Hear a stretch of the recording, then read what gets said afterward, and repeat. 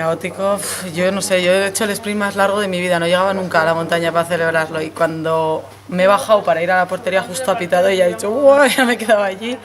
No sé, ha sido increíble, hemos sufrido muchísimo, pero bueno, es la épica, ¿no? Al final luego esto se disfruta más. ¿Cómo lo veías desde la portería? Yo la verdad es que he dicho antes que, no sé, una sensación de calma, de que iba a llegar. La cosa estaba difícil, al final teníamos que meter 2 goles y había que remontar, pero la sensación mía, o sea, no era de angustia de que no íbamos a conseguirlo, no sé por qué, o sea, son cosas que pasan, ¿eh? Hay veces que lo ves todo negro y hay veces que lo ves todo blanco y yo tenía confianza. No, yo ya dije el otro día que no quería sufrir, pero bueno, el fútbol es así al final, ¿no?